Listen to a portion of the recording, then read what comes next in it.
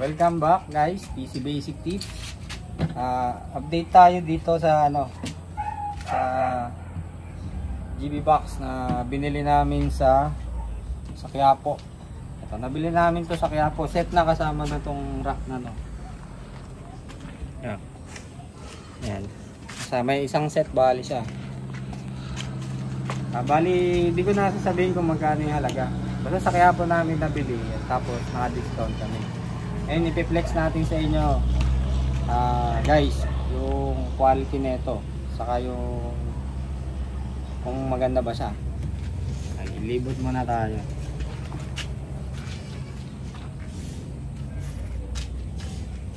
Ito yung mga madalas nyong makikita sa mga rider.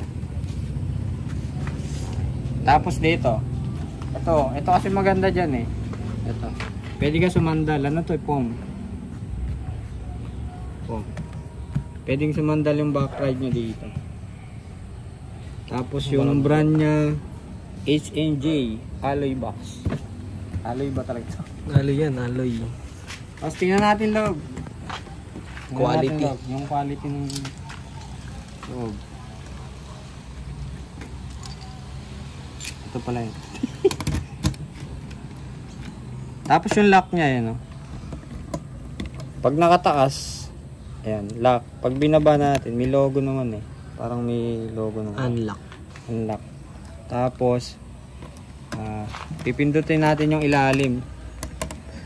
Pindutin natin yung ilalim. Saka natin iangat. Natanggalin na.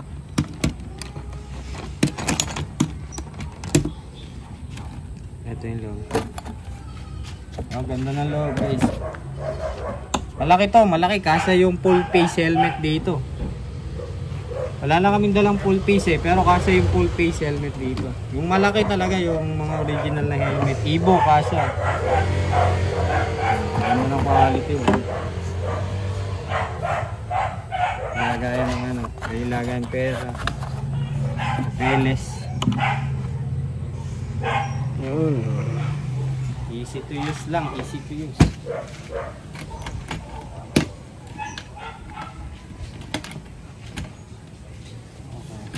Yun lang guys, nabili namin ito sa Quiapo. Kung gusto nyo makabili ng mas mura sa Quiapo, hingi na lang yung discount, bibigay naman nila yan. Sa ating sticker ng ating page. Okay guys, maraming salamat. Update ulit kami pag may mga bagong madadagdag sa aming mga motor.